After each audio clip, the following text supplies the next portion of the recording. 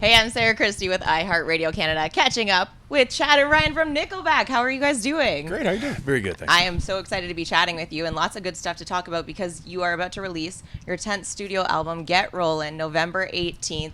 5 years since the previous album, but if we go back just a couple years, okay, into the pandemic, you had a lot on the table. You know, you were supposed to go on tour, had to make the tough call of tabling that. Can you talk me through I feel like we don't need to do this interview. I feel like you've done your homework so well that like you've got all this covered. Yeah, for you us. guys It's just take a nap. just- I'll yeah. do it. That's correct, Sarah. But if Yes, you that's correct. You're talk me correct. through the roller coaster of what that whole process was of canceling the tour and then saying, let's just make a new album now.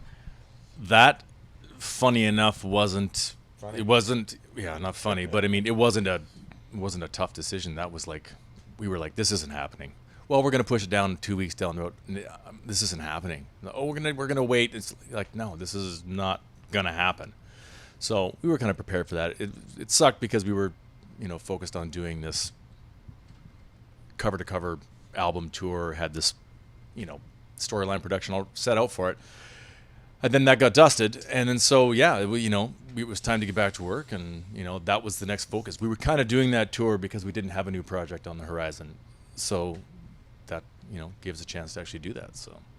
So I want to talk about a few songs that are on the album, not out yet. Tidal Wave being one of them. I've heard you describe as a bit of a departure from the sound that we would typically think of as Nickelback. Why is it a departure? How much homework have you? This is such a departure. A departure of from today. So many interviews that we normally do. Like normally it's just like, so just talk about you.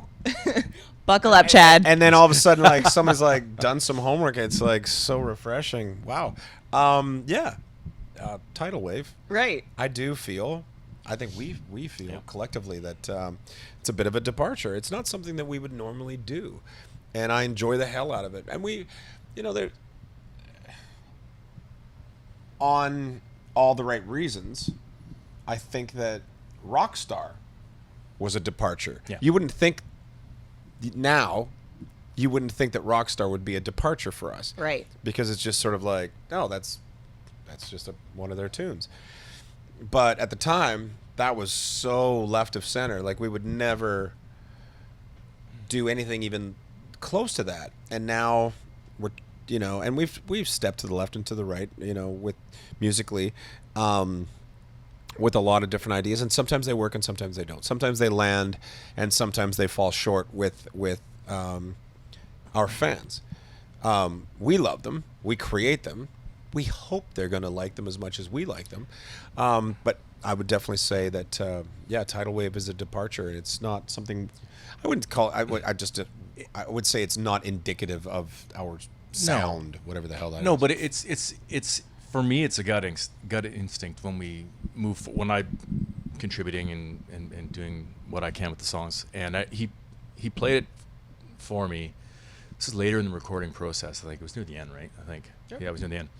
He's like, here, check this out. What do you think? He plays over the phone, and I'm just listening to the little round and round riff he's got going. And I was just like, that doesn't really sound like us. I really like this. I really like this. I'm on my way out to the studio right now. But I do. It's like he plays me something that I just like. It just gets me. I'm like, that one. Like I liked it instantly. I just thought there was something about that song, and I don't know if it's going to be a single or if people are going to connect with it. But it was fun to put together, and just the vibe of it. It just was very different from some of the stuff I felt. So I don't know. Hopefully people like it. It's a cool tune. So many cliffhangers here to Right? go with until many. the album is out. Yeah. Another song on the album that is a true testament to your patience. You've been sitting on this one for 15 years. Does heaven even know you're missing? Which sounds like a bumper sticker, but yes. Does heaven even know you're missing? Or like a pickup line in a bar or something like that. But and it's really not that at all. Like it really is it's a really pretty song actually. But I think at the time when I wrote it, we had too many of that type of song for that album. But I deemed it as, this is really good. Let's set this aside and wait until, for the moment that it can shine on an album or be its own thing or whatever it would be. And so, yeah, I mean, we have something that I guess we refer to as the vault. Yeah, I should really keep some songs. When my songs don't make it, just throw them in the garbage. Just get rid of them. But I should have grabbed that one. You're too hard on yourself. Like, you come up with all these great ideas, and then if it's not what we need at that point in time, I think you do flush, and you're too. I need a vault. You need a vault. He's got a great vault. Maybe there's a BOGO sale. We can get a buy one get one half, a vault for everyone. If you don't succeed, it's your own damn vault. That's true. True enough. That's Will Ferrell. So in the past 15 years, how many times has this song been touched or edited, or is it the true same song? It's pretty close. I think. Wow. I mean, they've updated a few things, I think, but I think in general, melodically, like it's strong melodically. That's why you always kind of come back to it. But yeah, it's a certain type of song where I don't know. I think you could sit down with a piano and do it, or you could sit down with an acoustic guitar and you could do it, or you could do it the way we wound up doing it which is a little more production, which I always love. I always find myself just putting on like a lot of just so many layers of fun where I'm like, oh, that sounds good. Oh, that sounds good too. And then sometimes strings. Oh my God, these strings. You gotta get the string arrangement. Oh, it's gotta be some piano. It's just turned into Rain Man in the studio for whatever reason. But like, so much piano.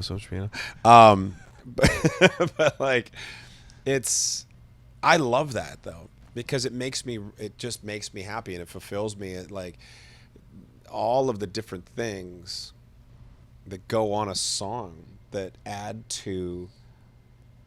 I don't want to get into all the geeking of that, but like that fulfills me. That my creative side is so fulfilled when I get to sit in there and just like do all of that. I know the geeking outside musically is very much what you love, so feel free to run with that. I know, but like your listeners or people watching are just gonna be like, get to the. Ask him about the tour. Just the things I like. Ask when are they coming to my city? When are they coming to town? What about Guardian Angel? First song you ever wrote when you were 16. Will you ever put that on an album? Nardwuar? She got that. Impressive.